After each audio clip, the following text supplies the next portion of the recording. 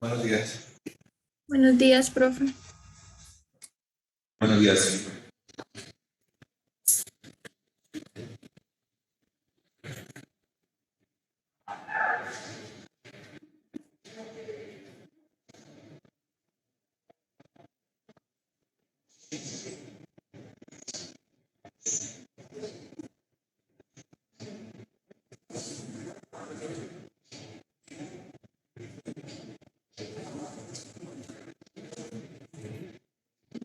Bueno, el día de ayer estábamos tratando de terminar un ejercicio.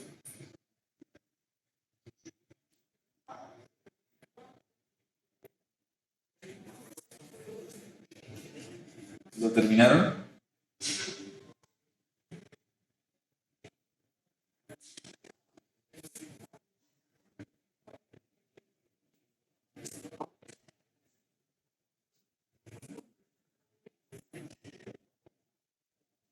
¿Terminaron el ejercicio, muchachos? Díganme algo. Habíamos calculado el valor de la... Habíamos calculado el valor de la relación del 23.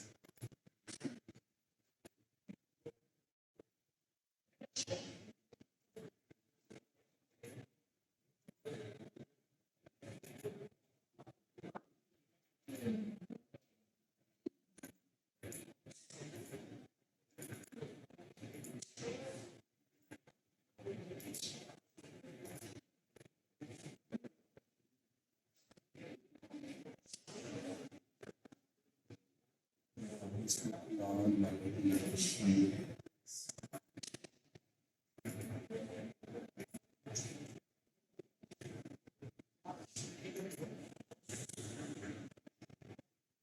Habíamos calculado el valor de la relación de los 23 y habíamos determinado un valor de diámetro mínimo para el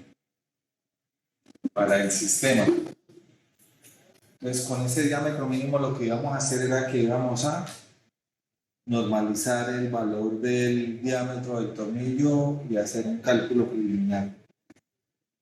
Pregunto, ¿lo hicieron?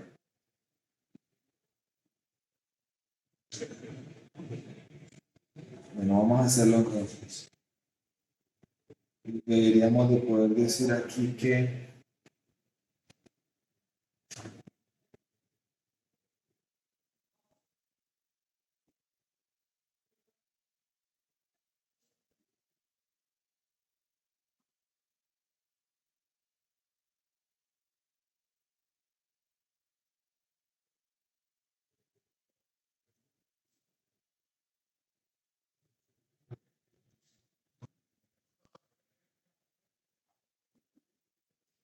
dispara.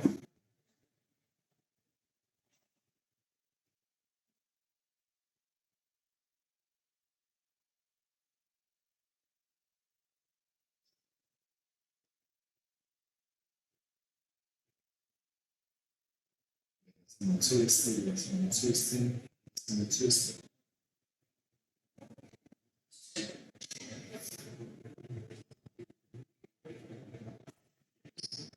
Sí, no existe. Entonces, busca, busca, busca, busca. Aquí están las roscadas. Entonces, lo que hacemos acá es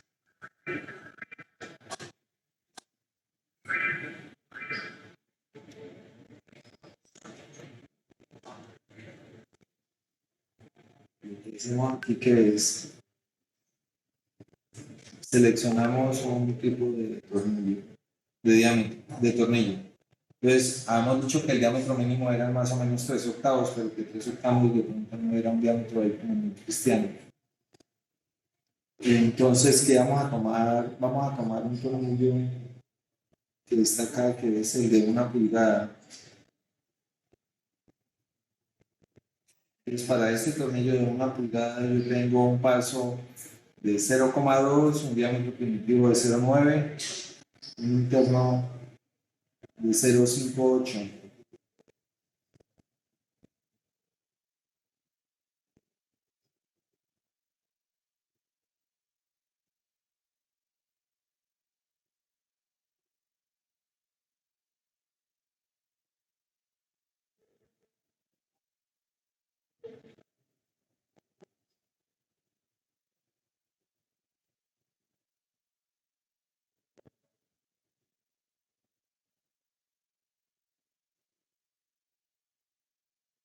Pues con estos valores se realiza un cálculo preliminar de carga. Pues ya determinamos la geometría, necesitamos determinar la condición de carga.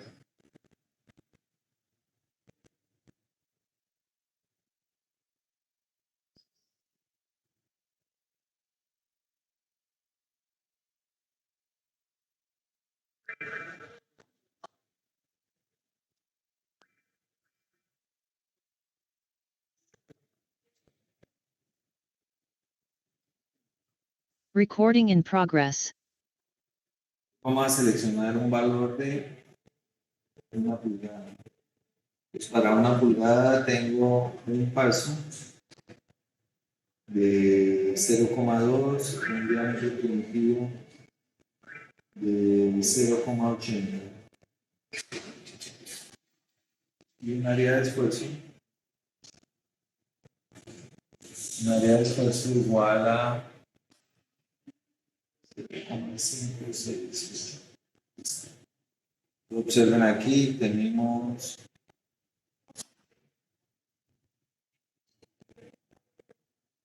dos pasajes.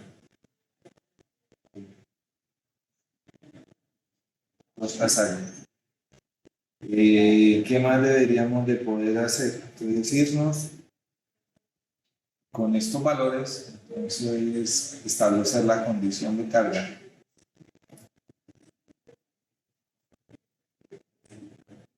¿Cómo hacemos para establecer la condición de carga? Pues para establecer la condición de carga, entonces deberíamos de poder decir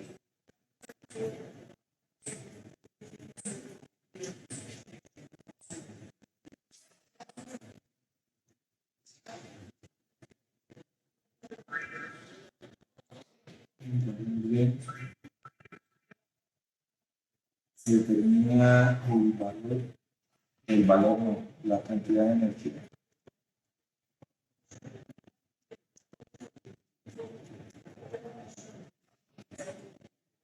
¿Cómo hacemos para determinar la cantidad de energía?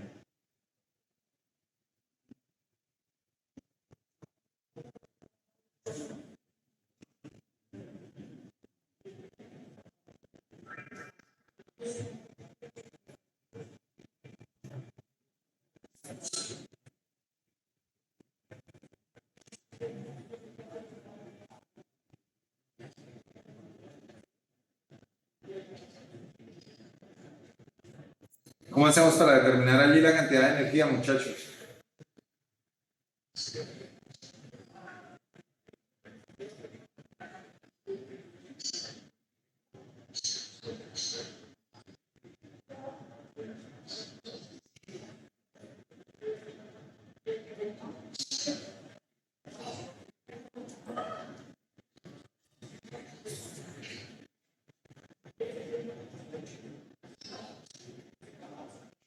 Profe, pues la cantidad de energía sería la energía rotacional, ¿no?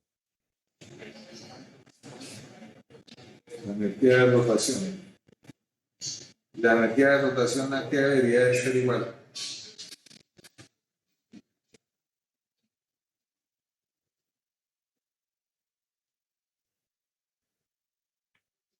A energía cinética más energía potencial.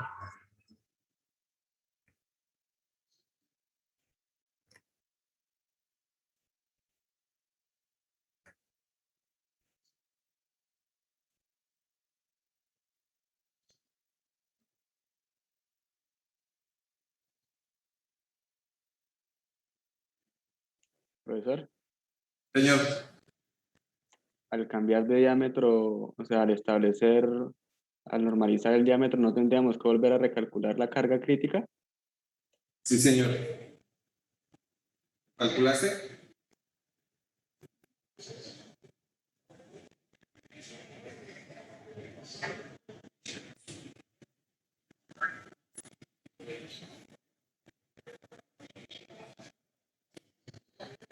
¿Lo calculaste? ¿Cuánto te dio?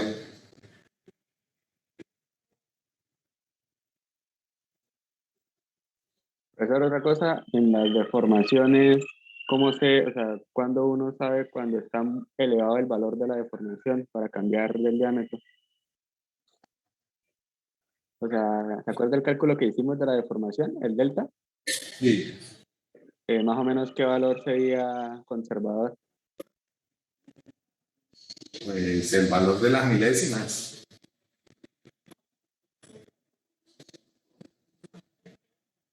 Valor de una milésima de pulgada te da error en un montaje. Entonces ahí lo que tienes que hacer es mirar la tabla.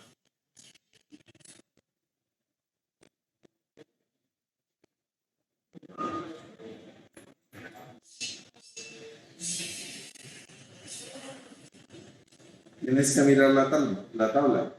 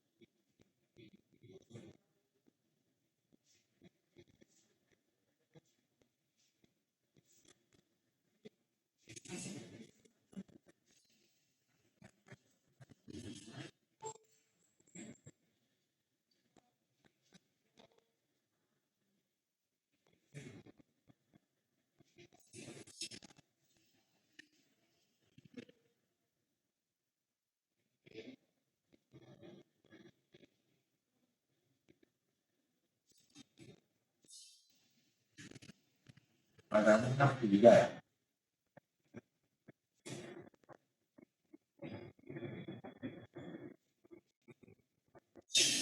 Y vamos a ponerlo aquí en H y vamos a ponerlo aquí en C.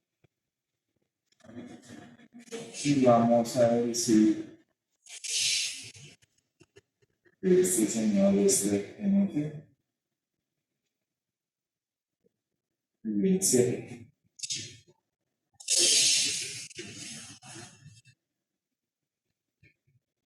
Vamos más por encima. Ahí está.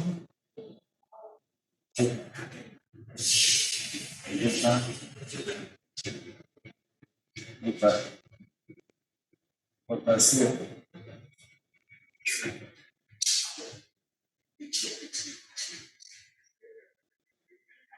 Pues mira ese ajuste que está dando ahí, H7J7, para una pulgada. Mira los valores de ajuste.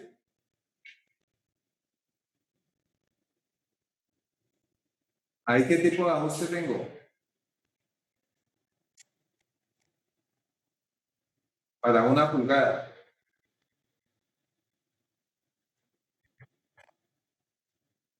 Indeterminado. Indeterminado. ¿Y ese indeterminado con qué valor me está dando?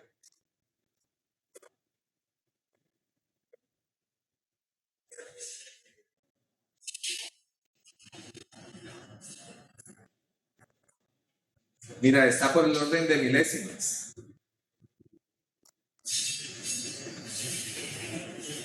O sea que tú con una milésima, con 8 milésimas de pulgada ya tienes que indeterminación. Entonces tú me preguntas, profe, ¿y un ajuste de una tuerca y de un tornillo, será que el tornillo se traba si tiene 5 milésimas? Sí, si tiene 5 milésimas, él se traba. ¿Dónde está la prueba? Mire.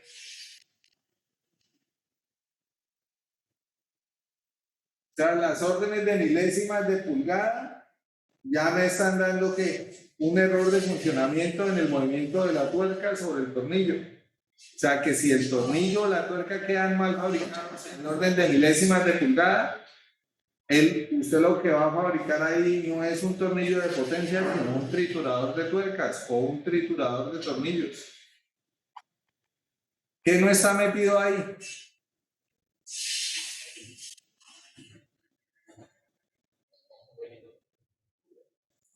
El espesor de la película de lubricante.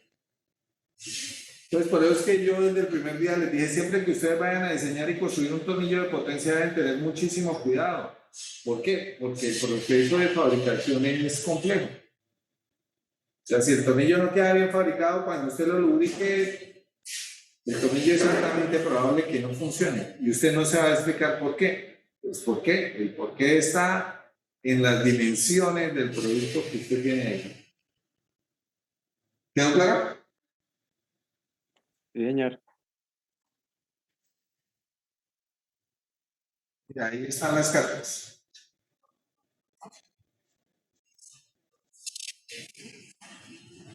Claro. No me deja voltearla, pero mira, ahí está. Interferencia, J y J. Y le estamos poniendo 7, que es una mecanización en un torno normal, no es un torno de control numérico, ni nada, un torno normal de combate. O sea, si tú no tienes cuidado con la manufactura, es altamente probable que cuando vayas a hacer el montaje, ese sistema no funcione. ¿Profesor, esa aplicación es paga o gratis? Ese es gratis. Con esa veíamos el semestre pasado cómo se realiza el ajuste de 2 piezas. Pues tú le das las dimensiones en milímetros y en pulgadas, le dices dónde quieres estar, en H, en J, en I, y él te hace la resta. Y te dice, bueno, en el plano usted esta pieza debería dejarla tantas milésimas por encima y esta tantas milésimas por debajo. Ahora, si usted adicionalmente a eso le añade que la pieza se va a flectar mientras le está mecanizando, pues usted va a crear un mal producto de entrada. Por eso es que existen los sistemas hidráulicos, los sistemas de potencia fluida, porque usted ya para hacer la fuerza lo único que necesita es generar la explosión.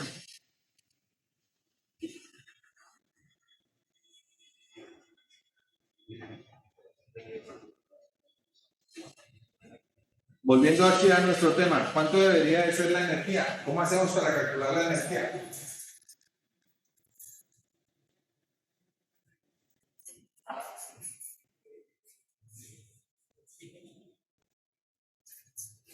La ley de conservación, Sí, ¿cómo nos queda? energía rotacional igual a energía cinética más potencial. ¿Lo que nos debería dar?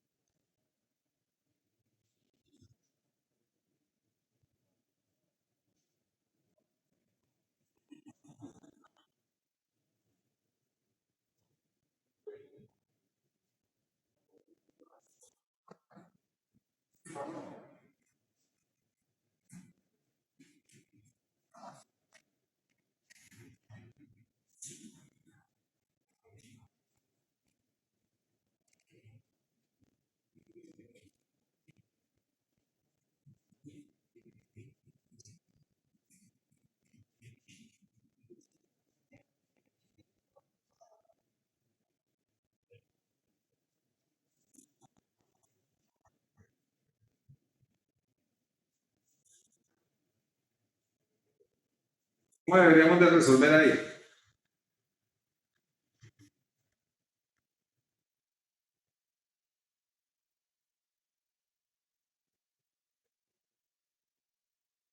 Profe, ¿no deberíamos volver a calcular el SR y el K y el A con el nuevo diámetro? ¿Cuánto te da? ¿Cuánto te da? Ese ya lo calculamos ayer. ¿Cuánto te da? Pues el SR con el diámetro de 1 pulgada, 118.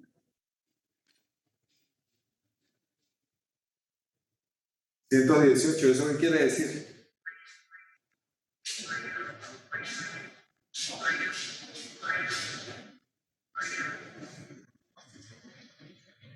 ¿Qué quiere Que decir ya, eso? que ya podemos usar Johnson. Que deberíamos de usar Johnson para ese valor de 1 pulgada. De 1 pulgada. Porque el valor de Euler no me va a servir. Bueno,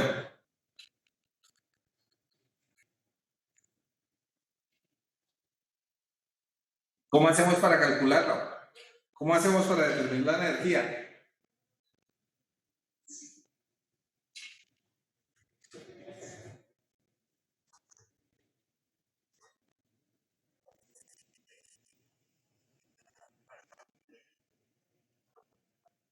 ¿Cómo hacemos para determinar la energía, muchachos?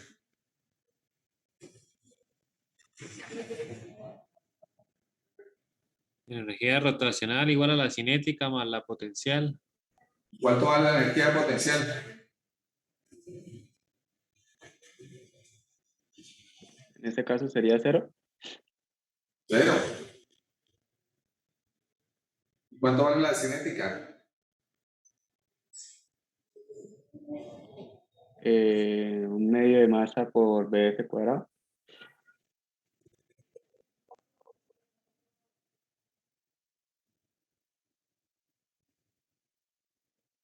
¿Cuánto vale la masa?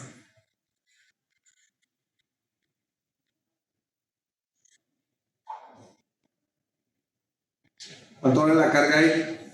¿Cuánto vale la energía cinética?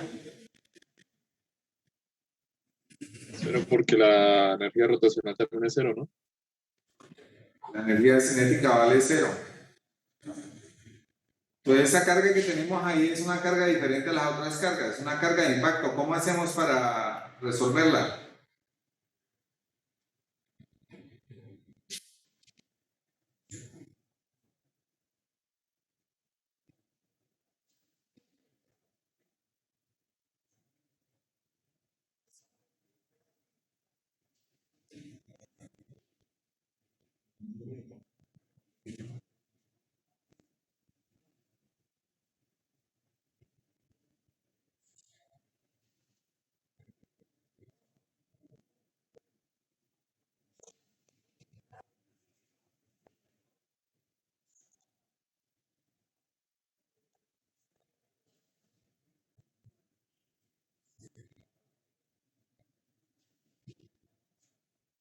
¿Cómo hacemos para resolver ese problema, muchachos?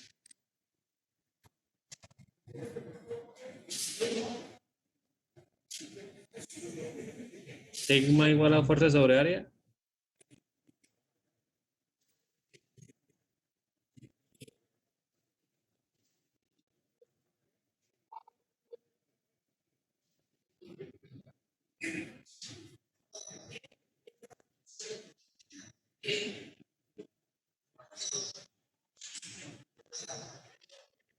Profe, y en ese caso el motor estaría haciendo todo el torque de subida. Si lo El motor está analizamos, haciendo todo el torque de subida. pero ahí cómo se haría, o sea, cómo lo analizamos. Señor, O sea, ahí cómo analizaría yo, entonces igual el torque que relaciona el motor con las RPM a un torque de subida. sí, señor. ¿Cómo hacemos para determinar la potencia?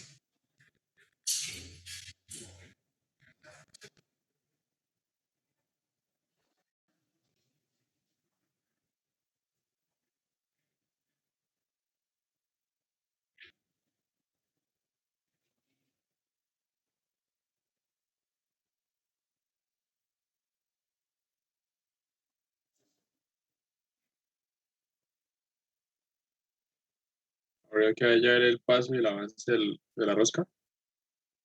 Ya lo tenemos. Pero, ¿cómo hacemos para calcular la potencia?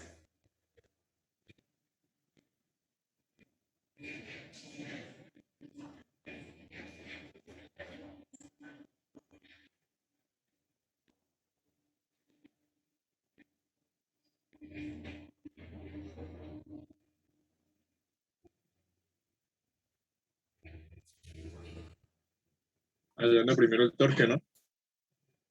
¿Cómo hacemos para calcular el torque?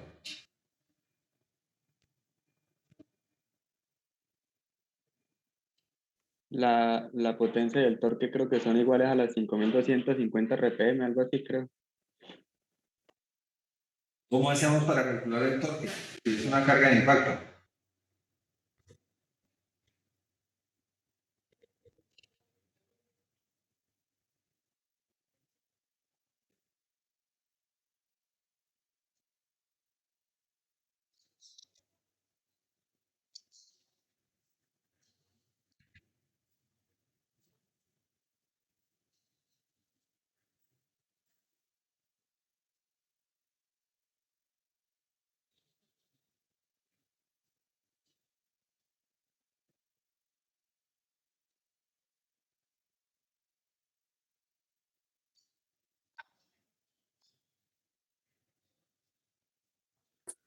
Profe, una pregunta, ¿por qué se toma como una carga de impacto?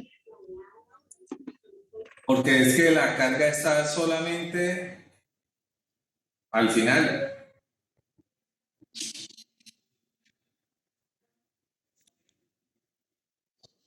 La carga está solamente al final. Cuando este señor se mueve en esta dirección, la carga ¿cuánto es? Cero. Y aquí, la condición final, entonces hay una carga de 1200 libras.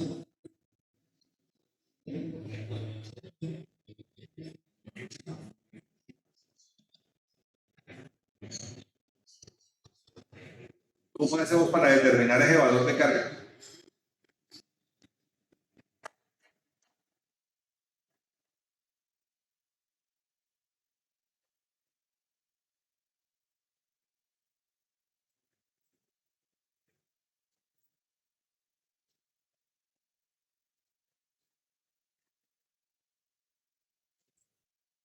Profe, en este caso tendríamos ya el coeficiente de fricción o no lo tendríamos.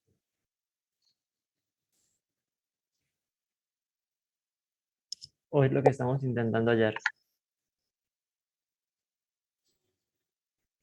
Ahí lo que se busca es determinar la cantidad de energía. ¿Cuánto es la cantidad de energía?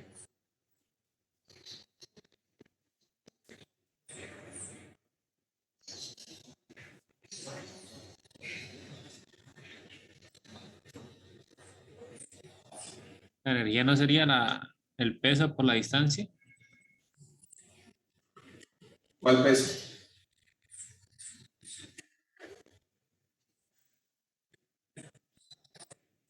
Las 1200.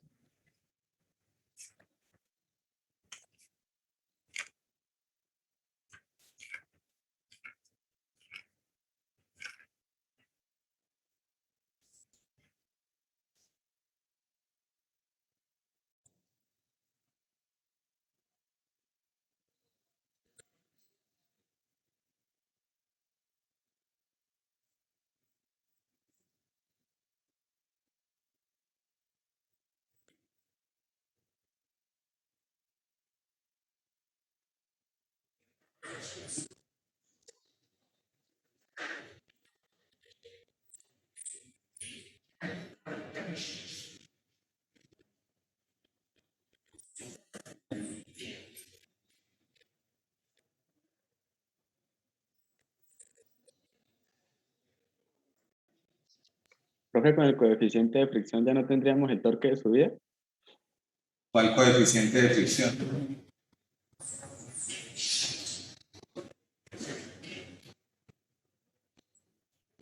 Sí, profe, o sea, con el coeficiente de fricción de la rosca tenemos el torque de subida. Es que ese no lo tenemos.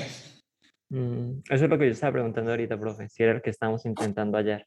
Un profe, o si podemos, si sabemos que es una rosca tomamos el alfa como el ángulo efectivo que es de 14,5 y un dp de 2, pues mayor toque de subida, ¿no?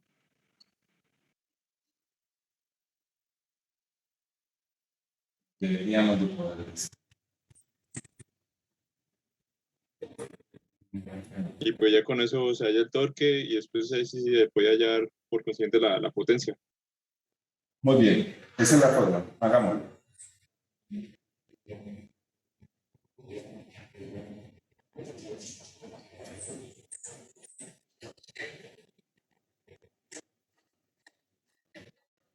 Quizá el torque de subida es igual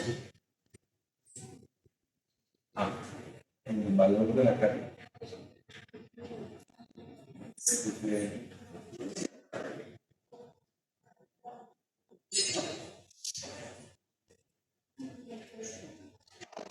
No.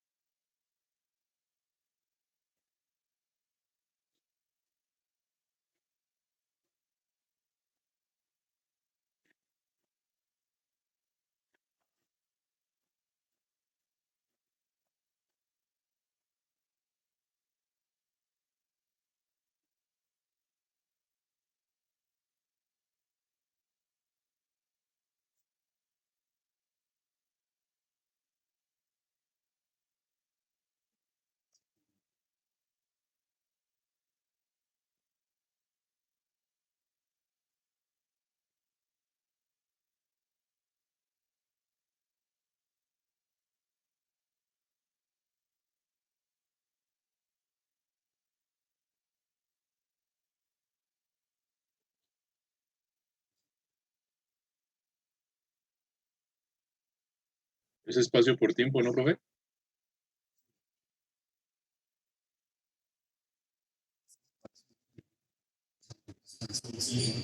No, velocidad es espacio sobre tiempo.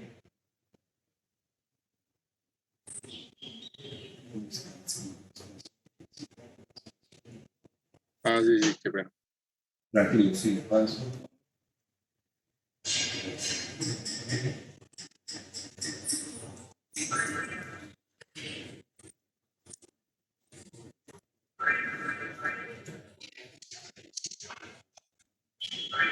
Espacio.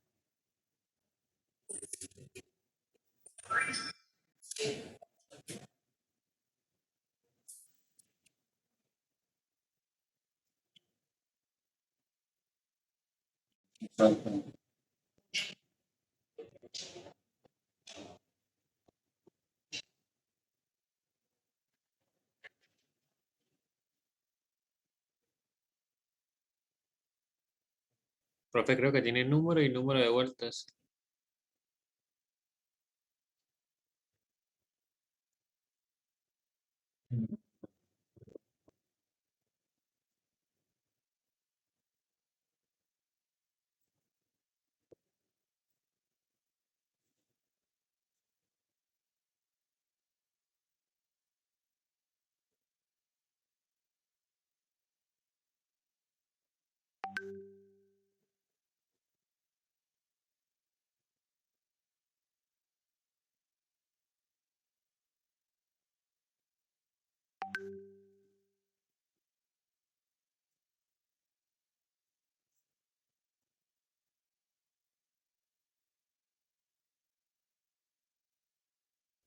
Profe, una pregunta, en el torque de subida, ¿la fuerza no debería ser diferente ya que cambiamos el diámetro? Sí, señor.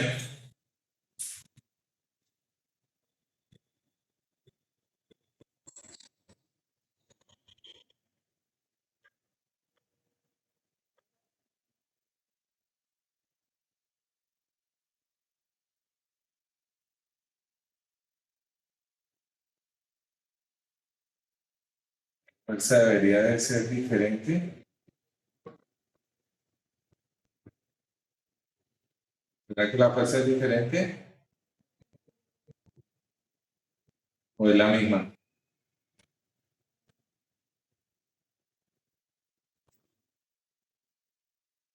Es la misma. Vamos a ver qué es lo que cambia ahí. Factor de seguridad con que va a trabajar el tornillo.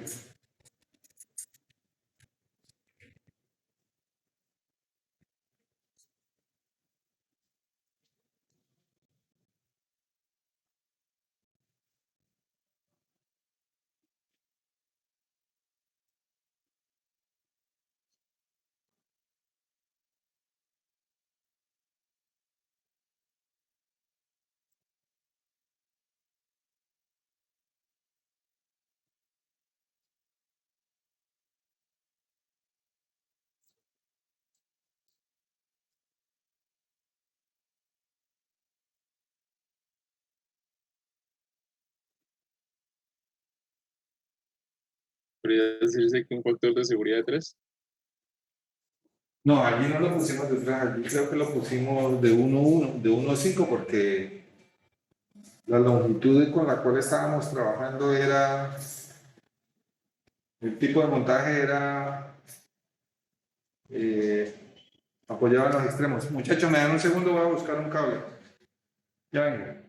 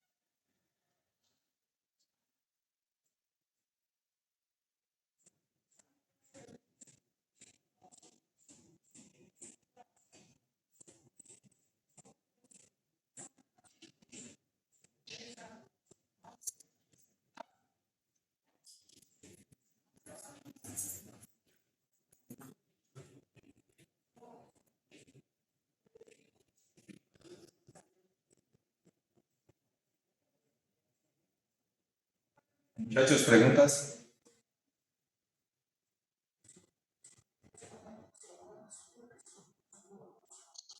Ahí que se puede concluir, profe, que se necesita un motor pequeño, un motor de casi medio caballo. Ahí, medio caballo, sí. Ya como un errorcillo pillo.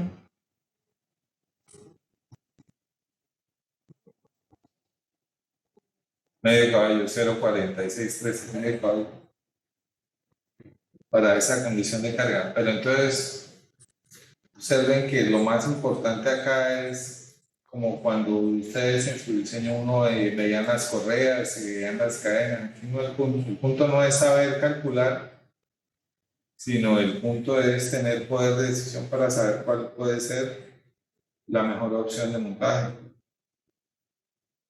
Si usted va a tener un montaje así de complicado y agotador, usted lo que debería hacer es no seleccionar un sistema de transmisión por tornillos de potencia, tener un sistema hidráulico. Por eso es que esa materia es tan importante, como ver motores o ver compresores. diseño de redes de sistemas de aire, ¿sí? De pronto los sistemas de aire acondicionado son más sencillos de diseñar y eso no tiene ahí ningún misterio, pero los sistemas que se utilizan para aplicar cargas, para hacer fuerza, pues deben darle a ustedes poder de decisión, así como cuando veíamos los embragues y los frenos, pues usted ve allá los matachitos de los embragues, ay, sí, tal.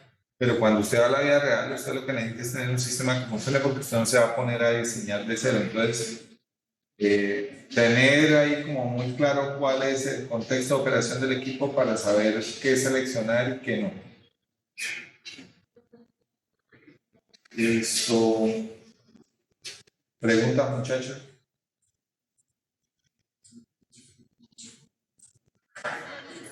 Bueno, entonces, Profe, yo tengo una pregunta.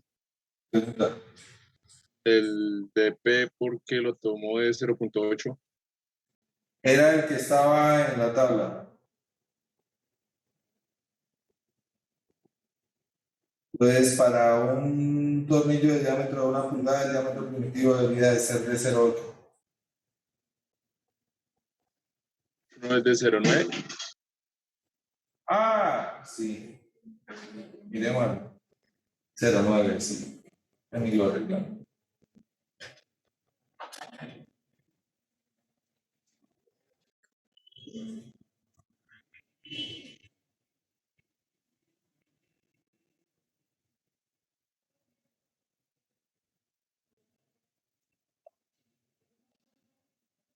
Cero cuatro siete, 0,5.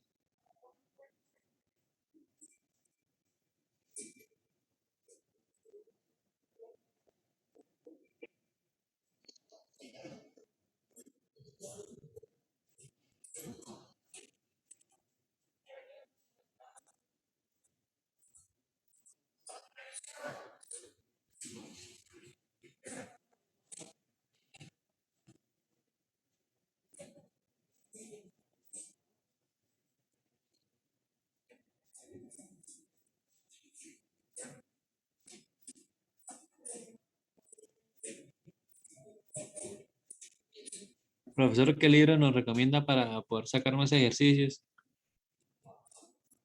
Para hacer más ejercicios, pues, no sé, el libro de Norton, el libro de Budina. Lo que pasa es que los estudios que ustedes encuentran allá son demasiado teóricos. ¿Por qué? Porque ninguno de los libros está enfocado en la parte de la construcción, que es en lo que usted se debería de fijar. Saber si usted escoge un coeficiente de fricción entre la tuerca y el tornillo, usted puede construir y puede realizar fabricación y la potencia no le va a dar que un valor descabellado. Ninguno de ellos hace cálculos inerciales en los cuales efectivamente usted verifica que la condición de operación sea la más triste, que en este caso es el punto en el cual él va a mover esa carga y debería de ser capaz de ¿qué? De ejecutar la tarea. ¿Cuánto le consume? Porque él en el recorrido no va a tener mayor valor de carga. La carga se va a efectuar cuando reciba las 120 libras.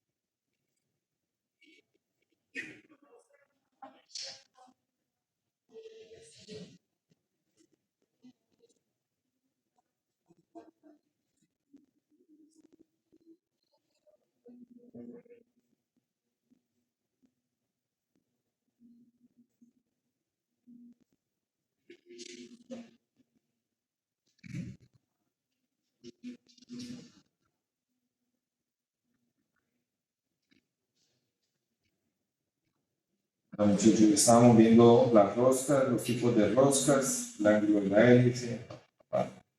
Vamos a avanzar un poquitín.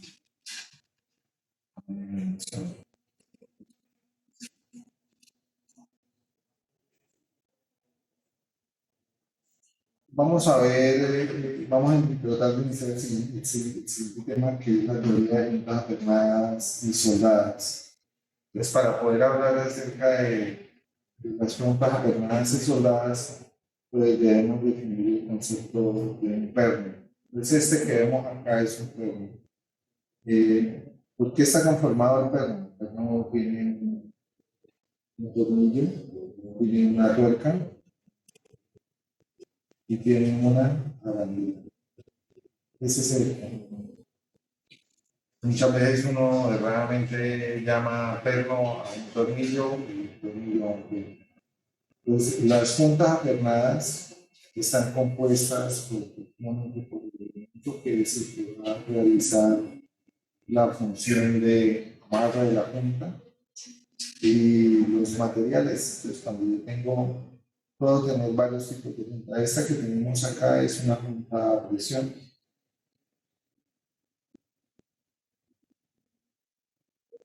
En la junta de presión se distingue un material A, material B y un C. El caso que yo coloco todos en este caso de la olla a presión. Si bien es cierto, la olla no está sometida, no tiene los pernos de anclaje, si hay un material A, un material B y un C. Dentro de esta junta que tenemos acá, podemos observar que el perno tiene unas características particulares. Entonces, una longitud sin roscar, una longitud roscada y la longitud total del perno. ¿Cómo funciona aquí? Entonces, el sistema está sometido a una presión interna. ¿Y a qué condición de carga está sometido el perno? ¿Tensión o compresión?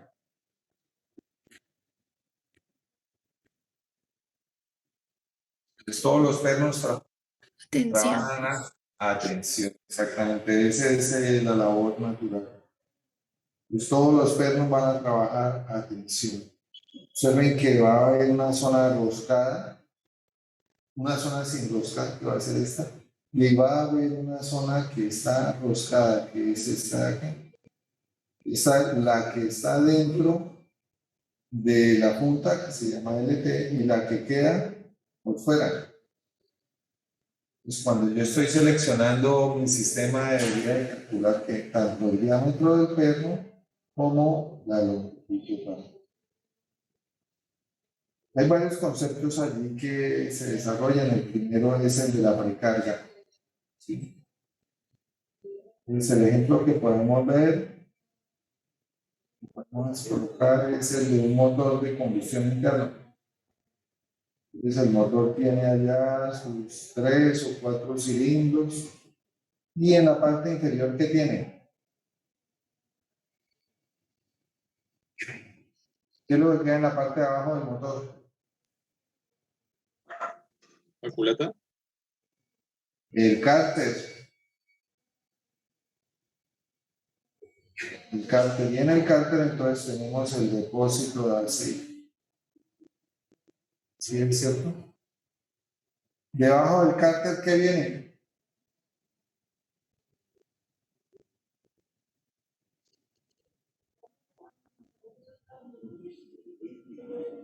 Entonces viene una protección, que es la protección del motor. Y debajo de esa protección, ¿qué viene? Una cosa que se conoce como la jaula. ¿Qué es lo que protege el depósito de aceite de los golpes? Si usted va allá en su carrito y tal, y el carro sufre un golpe en la parte inferior, ¿qué le va a suceder al cárter? ¿Qué material está fabricado el cárter? Aluminio. Es altamente probable que se rompa. Y entonces, cuando él se rompe, ¿qué es lo que hace?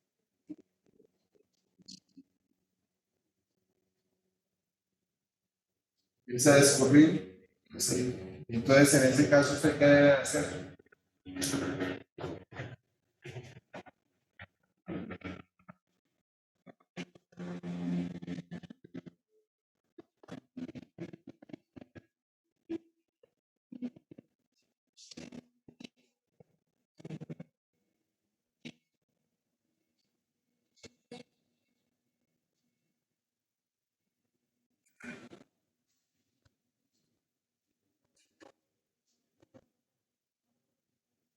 ¿Qué es lo que debería hacer? Se va en su carro y rompe el depósito de aceite, ¿qué es lo que debería hacer?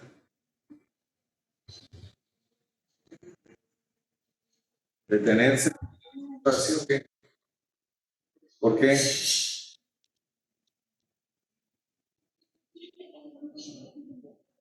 Profe, porque si sigue andando, como ya el motor no tiene aceite, puede generarle daños muy grandes, ¿no?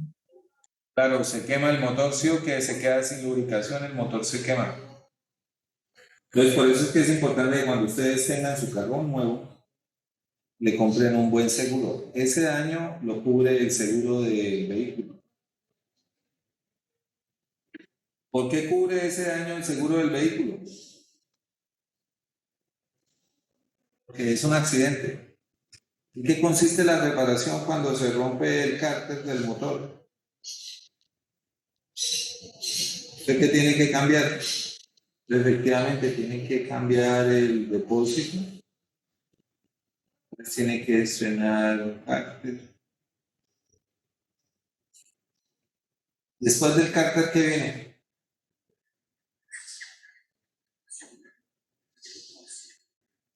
¿El sello?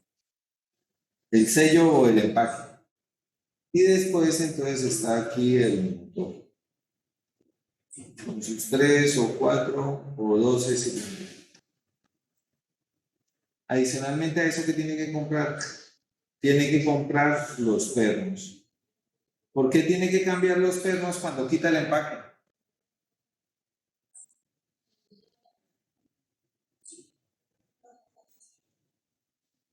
Porque estos pernos que están acá, ya sé que están trabajando. Atención, ¿qué le sucedió? Si están trabajando, atención, ¿qué le sucedió?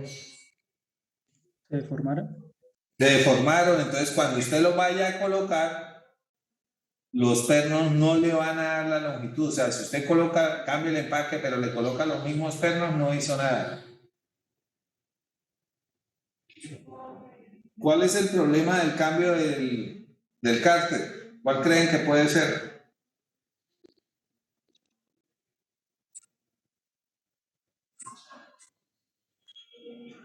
Es la precarga. Entonces, ¿cómo funciona el empaque?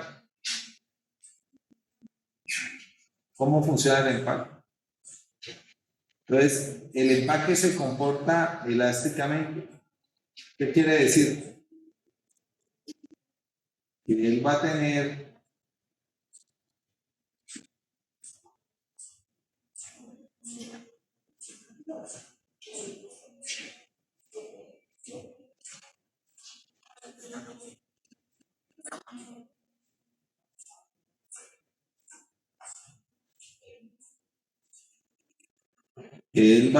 un valor aquí de SY.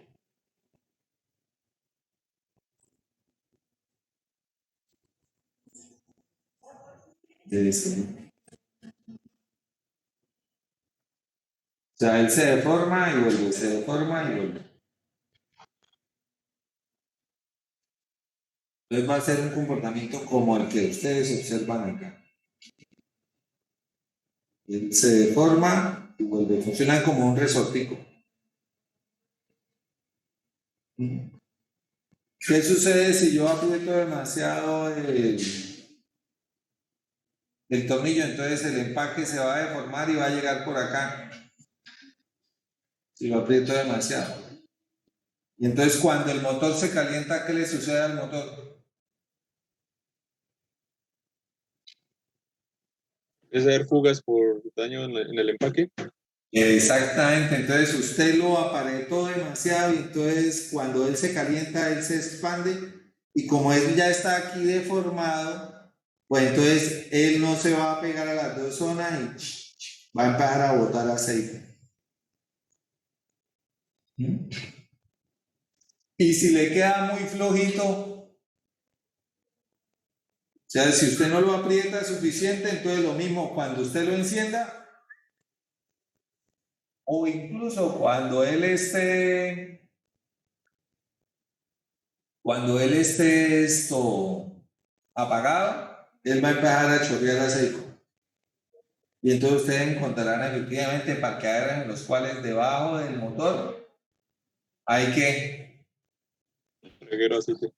hay un reguero de aceite. ¿Qué quiere decir? No, pues que le bajaron la culata, le bajaron el cárter y entonces él está pasando aceite, no lo apretaron bien, no lo precargaron. Entonces, de allí sale el concepto de qué, de precarga. ¿En qué consistirá la precarga? En una junta, según esto.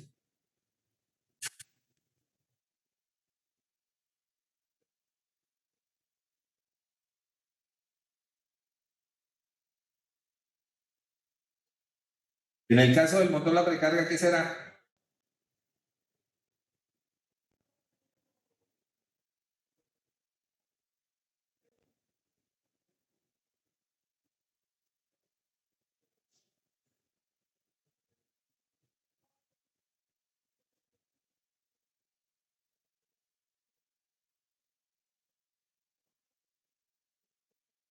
¿Qué consistirá la precarga entonces?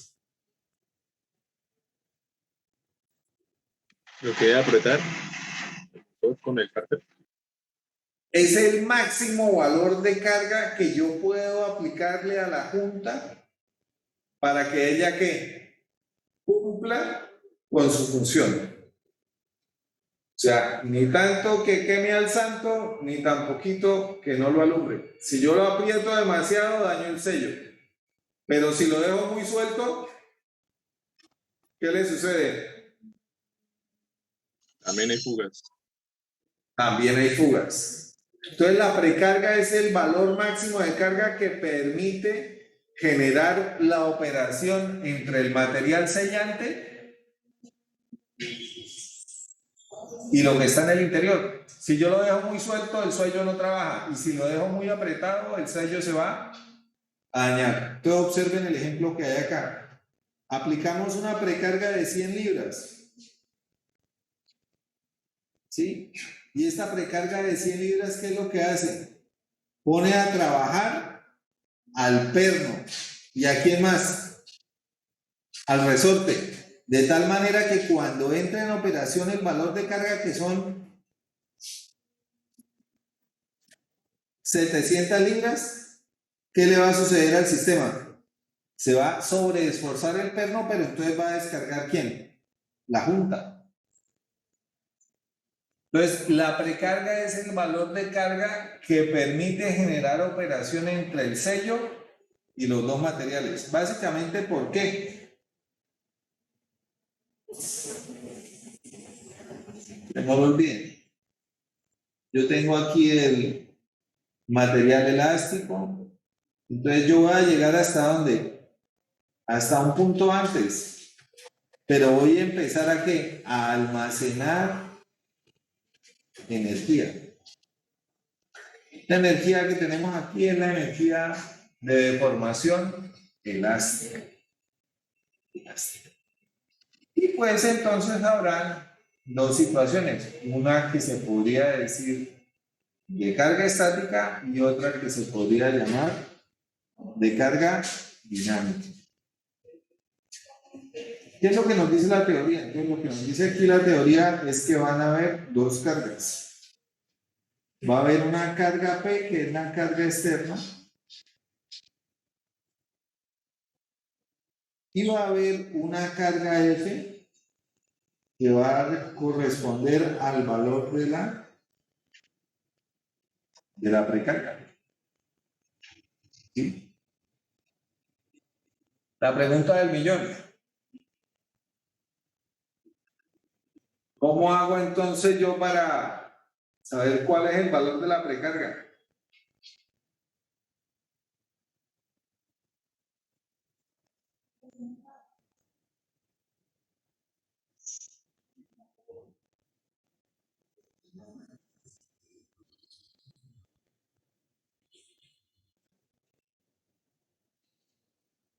Si usted llega y le rompe el depósito de aceite a su carro, ¿usted a dónde lo lleva? ¿Al concesionario o a un taller común y corriente? Un taller, ¿Sí? ¿Por qué no lo llevaría al concesionario?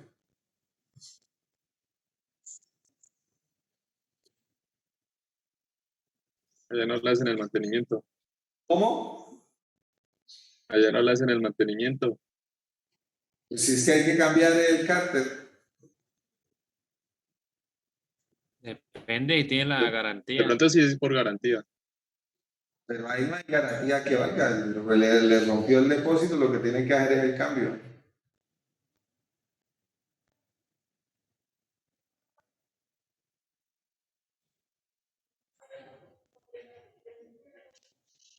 Entonces, la ventaja de llevar el carro al concesionario es que en el concesionario saben cuál debe ser el valor de precarga que se le debe aplicar a quién, a los pernos.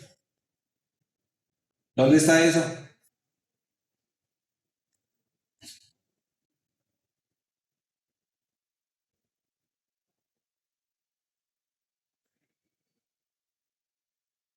¿Quién tiene los manuales de mantenimiento del carro?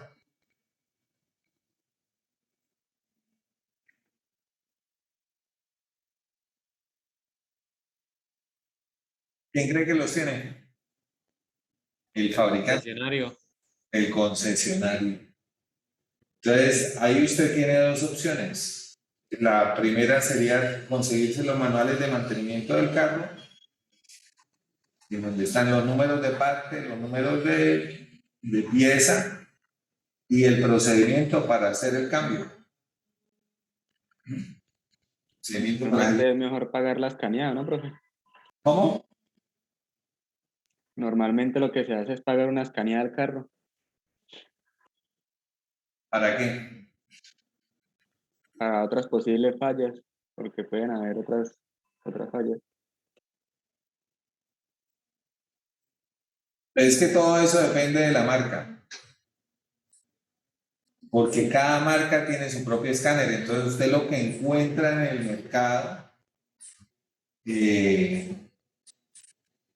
va a ser escáneres genéricos. Entonces te pongo el caso de Renault. Entonces Renault tiene el pin de conexión, tiene una conexión que es cerrada. Entonces usted solamente puede escanear el carro con el escáner que tiene en el concesionario. Eso por un lado. Si usted lleva su vehículo y le pone cualquier escáner, si la pata no es compatible, usted corre el riesgo de dañarle el puerto de conexión. Y de pronto entonces le puede salir un poquitín más caro el remedio que la enfermedad. Entonces usted no puede llevar, a estas alturas del partido no puede llevar su carro ahí a cualquier taller. Entonces la diferencia entre un buen carro y un mal carro, ¿cuál es?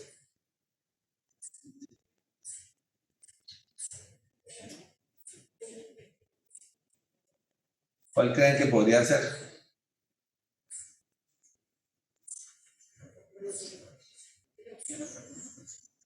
Un buen carro es el carro que no hay que llevarlo al taller. Esa es la gran diferencia. Si usted le dijeron que el carro trae unos carros en el mercado y no tiene garantía de 100.000 kilómetros. Sí, pero ¿y esa garantía qué? No, pues para que ustedes le den esa garantía, ¿qué es lo que tienen que hacer?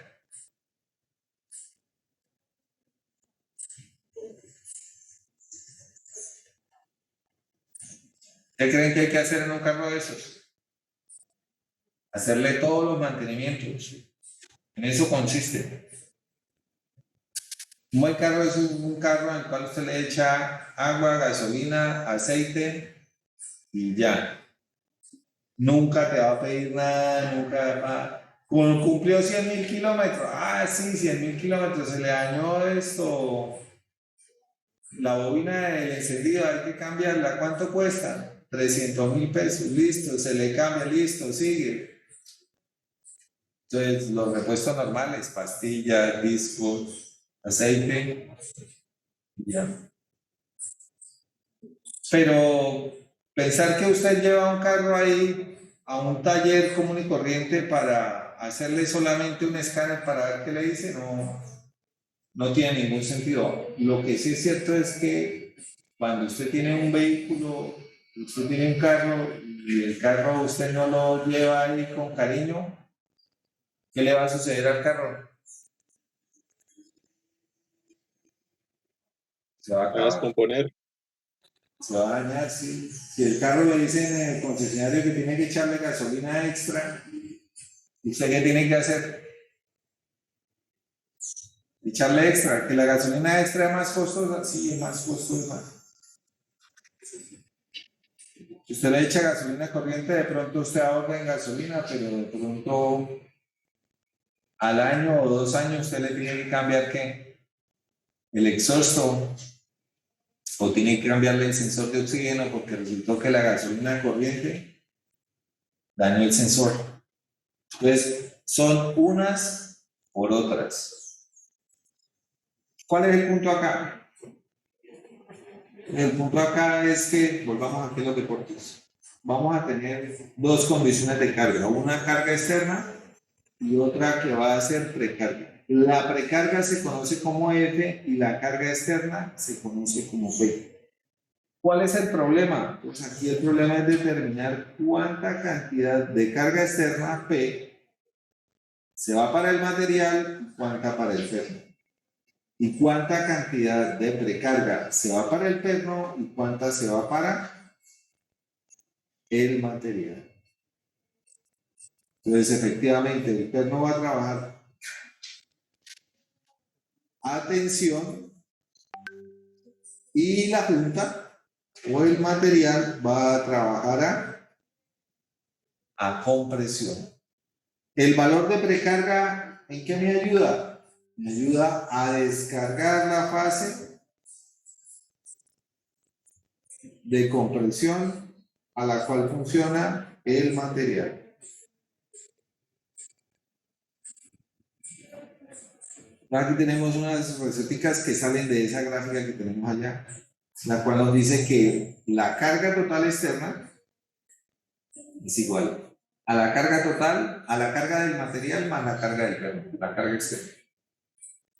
Y la carga de precarga del perno es igual a la fuerza de precarga más la carga externa del perno. Y que la precarga es igual a la precarga que va al material más el valor de carga externa del material. Con estas relaciones, entonces nosotros deberíamos de poder determinar cuál va a ser el comportamiento de quién, del perno. ¿Qué es lo que sucede acá? Y para poder hacer eso, entonces es necesario elaborar un modelo de comportamiento del perno. Entonces vamos a decir que el perno tiene una zona que está sin roscar y tiene una zona que está roscada. Una zona que está roscada.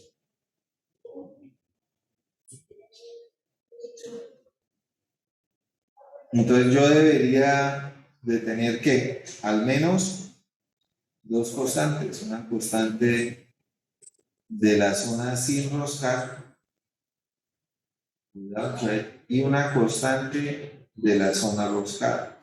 Y lo mismo en quién, en los materiales. Entonces yo debería de tener una constante aquí del material, una constante del sello y una constante del material.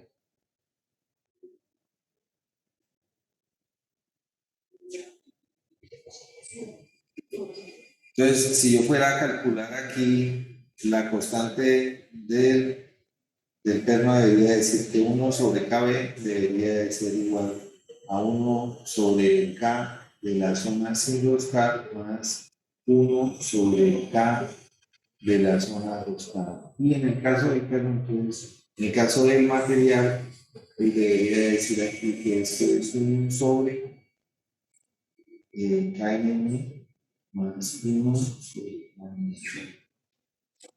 ¿Y esto qué plantea? Entonces esto lo que hace es que plantea aquí un modelo lineal en el cual lo que uno ve en su resistencia de materiales, que F es igual a K por X. ¿Y eso qué es? Eso es un modelo lineal o de carga o de comportamiento del material.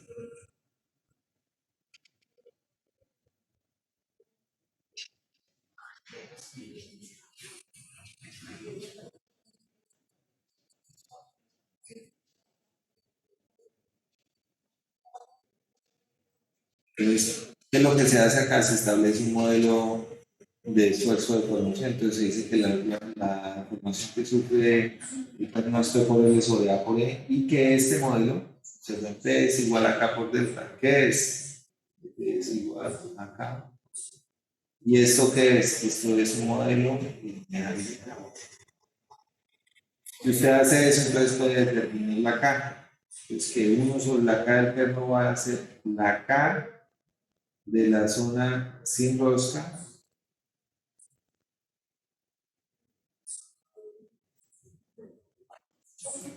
y esta que tenemos acá, que es la de la zona.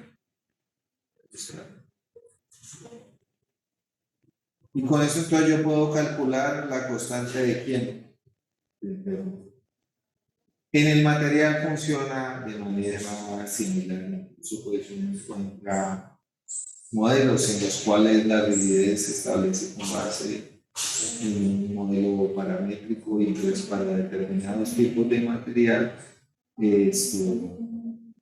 yo podría establecer el contexto de operación del material. ¿Qué es lo que sucede con el material?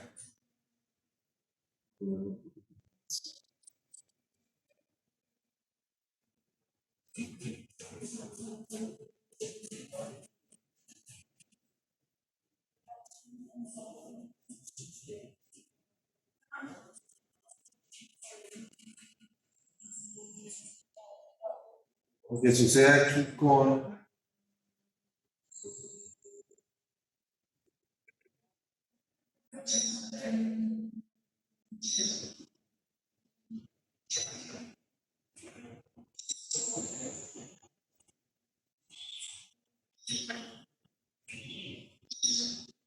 ¿qué es lo que sucede acá con el material? Bueno, es necesario determinar el área de influencia que va a tener que la cabeza del perno o la cabeza de la tuerca sobre el material. Entonces, hay modelos que lo que hacen es que establecen un modelo de distribución de esfuerzos sobre la superficie del material. Entonces, cuando uno establece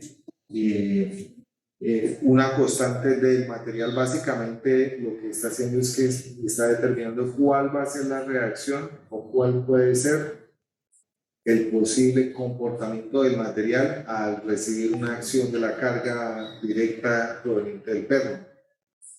¿Qué es lo que sucede aquí? Que estos modelos que hay allí son teóricos.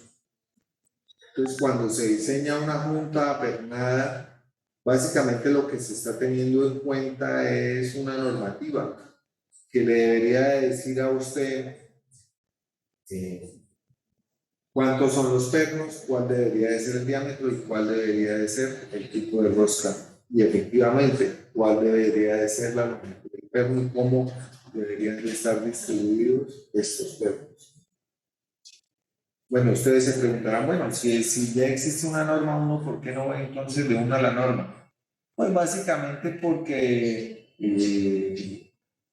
habrán situaciones en las cuales la norma no aplica, entonces la norma le dice a usted que lo que debe hacer es calcular con base en un modelo elástico de distribución de cargas. Muchachos, ¿preguntas hasta acá? Muchachos, si no hay más preguntas por hoy, ya vamos a dejar hasta ahí y de ser posible nos vemos mañana jueves. Luego, profe, gracias. Bueno, que tengan una buena mañana, cuídense mucho. Profe, una pregunta respecto al parcial. Sí, señor. ¿Cuándo quedaría? Nosotros ya definimos aquí para qué fecha.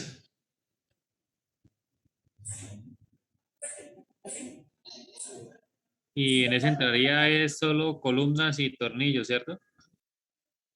Pues sí, estamos viendo la teoría de puntas apernadas. La teoría de puntas apernadas.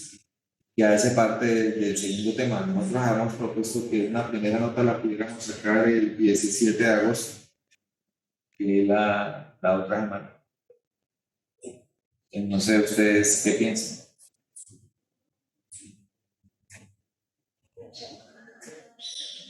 Profe, y parcial teórico y práctico, ¿verdad? No, vamos a hacer una sola nota porque estamos cortos de tiempo y estamos perdiendo en las 4 notas, perdemos más de una semana haciendo la evaluación teórica. La otra sería que esa evaluación no la hiciéramos en la hora de clase, sino que la hiciéramos en otro momento.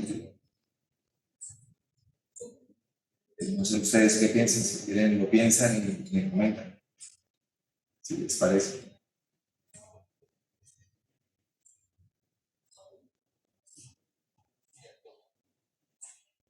Me comentan entonces. Bueno, muchachos, que tengan una buena mañana, cuídense mucho. Recording stopped. Luego, profe, gracias. Ok, hasta luego.